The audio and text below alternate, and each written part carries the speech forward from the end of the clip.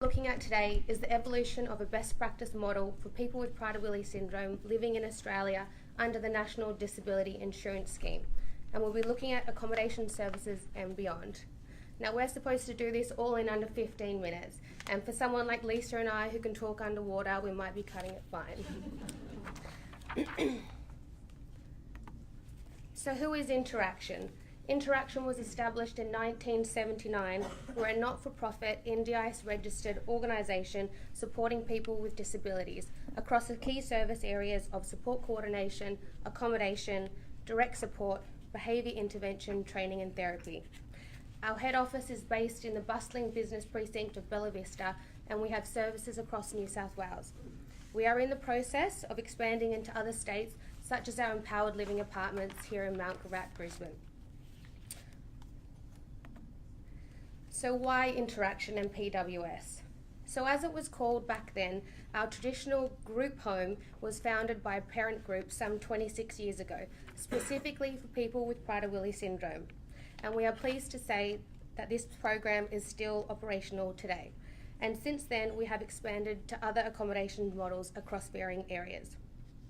We have a team of behaviour and allied health specialists, which is psychologists, provisional psychologists and practitioners, and their services include behaviour support, assessment and intervention, therapy and training, and they integrate their specific PWS knowledge and best practice into the design of their plans and associated supports. Now, since the first opening of our group home, Interaction has been and continues to be committed to providing training and development to our key staff across the PWS space. This in turn has allowed us to be providers of support and training and consultation to other service providers within our sector. And of course, most recently, have experience providing services and advocating under the NDIS. This means we have long-term commitment within the sector, which includes sponsorship of internationally recognised providers and practitioners and events such as the one here today. So what has changed since the NDIS? Now, most people here from Australia would have had some exposure in some capacity to the NDIS. We are now into our third year of the rollout in New South Wales, and so we thought we'd share some of our experiences with you here today. So rather than bog you down with the doom and gloom, let's start with some positives. What we have seen is a greater population of people with disabilities accessing funded supports for the first time, which is great for those people who haven't had access before. We are seeing greater opportunity for funded supports across the board. So now under the NDIS, if someone's aspiration was to live independently, they would have better opportunity to advocate for this funding under the NDIS, whereas previously, unless they were at imminent risk of homelessness or in a crisis situation, this would not have been possible. And when we look particularly at someone with Prader-Willi syndrome, they would have better access to allied health services such as dietitian and exercise physiology for health and weight management, as well as behaviour support services, all funded under the NDIS. Participants and their family now have greater choice and control around the service providers they use, whereas pre-NDIS, when we were block funded, the participant would be limited to the service providers in their local geographical area. So now people and their families have greater control to choose the provider and the supports that are the right fit for them. And there is now also greater accountability for providers to demonstrate that they are achieving outcomes and working towards short and long-term goals set by the person. And of course, it hasn't all been smooth sailing. So let's look at some challenges. Yep, that includes a screen. In short, the NDIS refer to funding as what is reasonable and necessary for that person to pursue their goals, increase independence, and social and economic participation. Now, whilst this all sounds good in theory, we are often faced with some red tape. In our experience, often NDIS planners responsible for allocation of fundings have no lived or worked experience with people with disabilities and varying level of awareness and knowledge. It would be a rare exception to find a planner with PWS knowledge. So we spend a fair chunk of our time educating the planners on PWS and the required supports. and we often have a very different opinion on what is reasonable and necessary for someone living with PWS. Occasionally, excuse me, when we get plans back, there are significant gaps or insufficient funding for the participants which we support, which then needs to be followed up by a long and rigorous review process, which can sometimes take up to 12 months.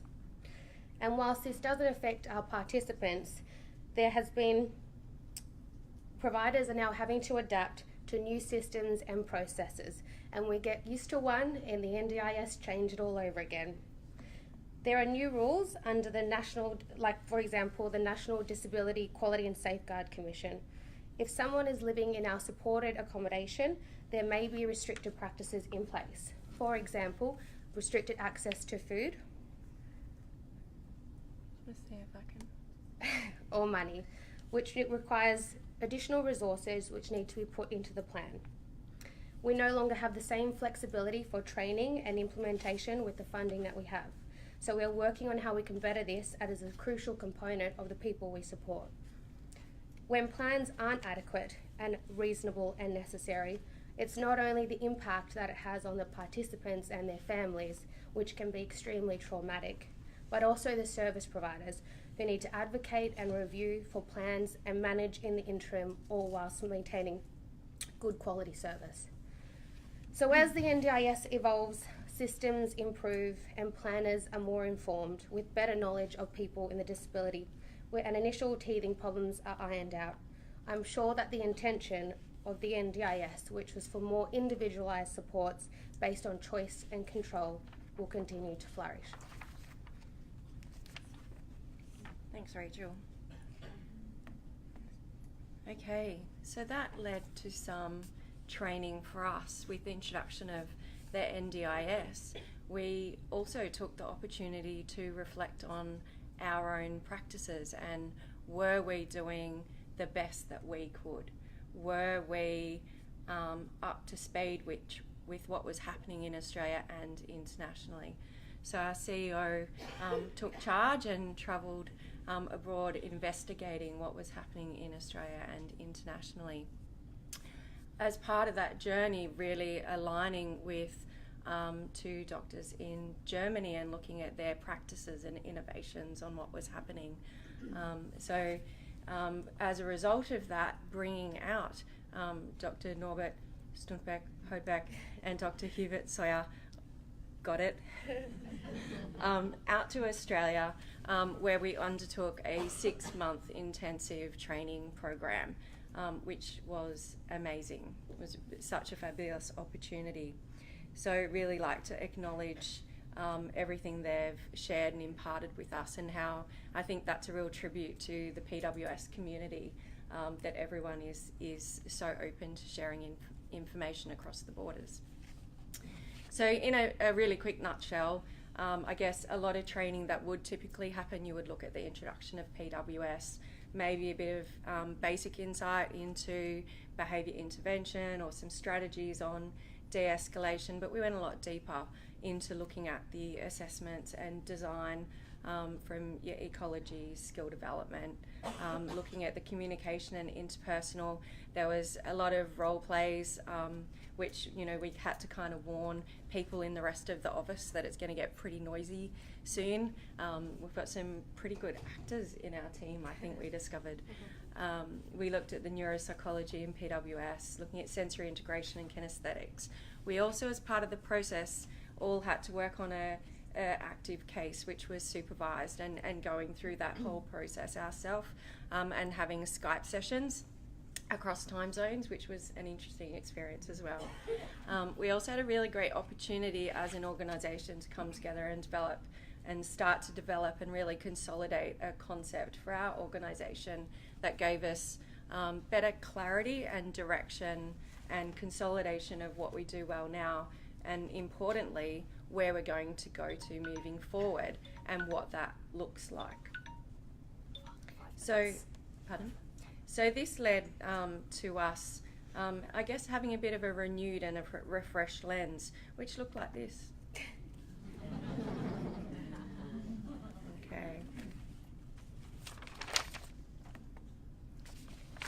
I guess on a more serious note, it really did lead to a bit of a paradigm shift for us, that there is more than one way.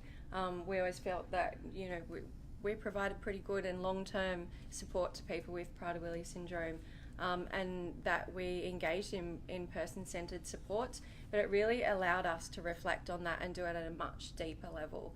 And with that deeper understanding really opens up your possibilities of what's next, and are there other avenues that we can explore.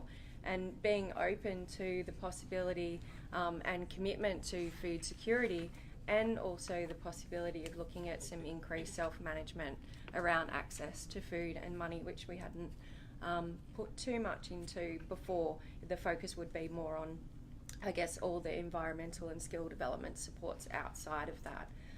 So in doing that, we're able to now look at a tiered approach to support that considers skill development capabilities, the goals and aspirations of the person, but of course maintaining those ever crucial safeguards that are necessary to keep people safe.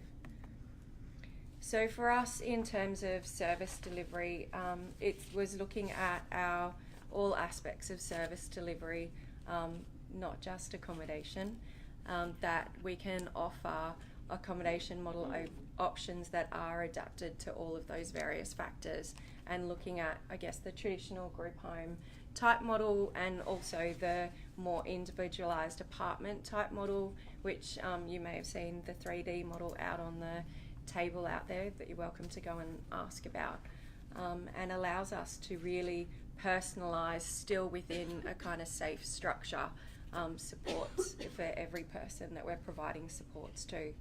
With direct support, that's not just in accommodation, and not just adults, but from early intervention all the way through, and really looking at how can we arm, I guess, our support workers better to really be able to troubleshoot and manage in the moment more, and problem solve with families and caregivers, rather than the reference model, I guess, where things would get put off to line managers and managed a bit more informally, which is we're finding to be really effective. And in essence then targeted supports that even in a 2-hour support session, that we're really actively working on those short and long-term goals. It's a lot more planned. Support coordination under the NDIS is crucial. Highly recommend it for people who haven't entered into the NDIS scheme yet.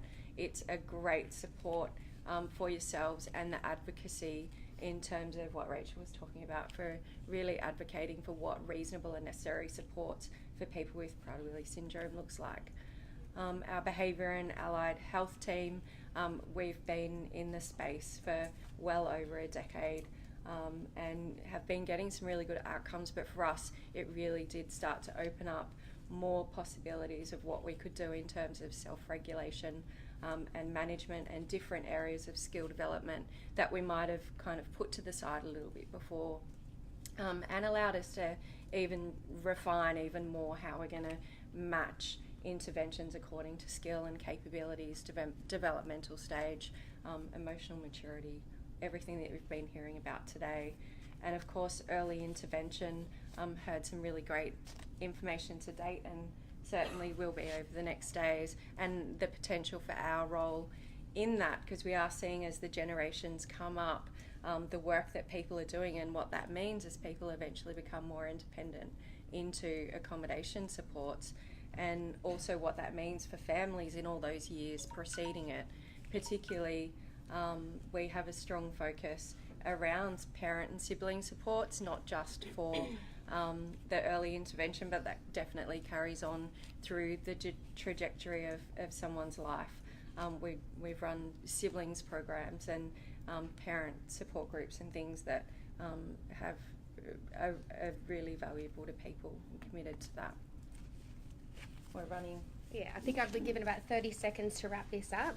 So to pull everything together, we've created this beautiful diagram for you, which we would refer to as the life cycle of the NDIS plan.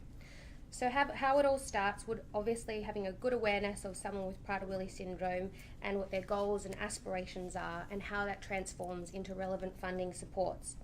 liaising with the person, the stakeholders, and the important people in their life on what success and a great life looks like to them. And that every supportive document is in place prior so that we can support our requested funding. We then head to our planning meeting. Obviously, as I said before, we spend a lot of time developing and increasing PWS knowledge and awareness for the planners. We discuss current day-to-day life and what has not worked and worked in the past 12 months, and what they endeavour to work towards over the next 12 months and beyond. We provide our supportive letters and evidence, and of course, we advocate. Then the NDIS planner goes away, and we all pray to the NDIS gods for an appropriate plan. Funding is allocated and a plan is approved, and we begin to map supports, and this is where we would start the review process if it was required. Then we get to start implementing supports and service delivery, so developing individualised supports and models within the allocated funding. We collaborate across stakeholders and in most cases other service providers, allied health services, day programs, supported employment, etc., and how we're going to support that person to achieve and make their dreams and goals a reality. So now that we've implemented supports, we spend the next 12 months tracking progress and outcomes, linking to future supports, and gaining evidence and success and potential changes over the next 12 months. And then after that's all done, we start all over again. So looking to the future. So just to recap, yeah, this is last, I promise. So looking to the future for interaction, our plan is to be the leaders in service provision for people with Prader-Willi syndrome in Australia, to continue to expand on accommodation models and other supports for people with Prader-Willi, to continue to offer consultancy within the sector in the areas of training, behaviour and allied health services.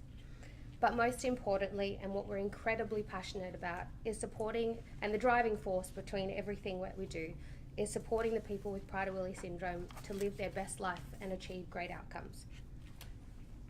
So, we've got some contact details here. And you can find us over at the desk. yeah, we'll be over at the desk and available for questions. There's a bunch of us here from Interaction. We're all wearing the blue shirts.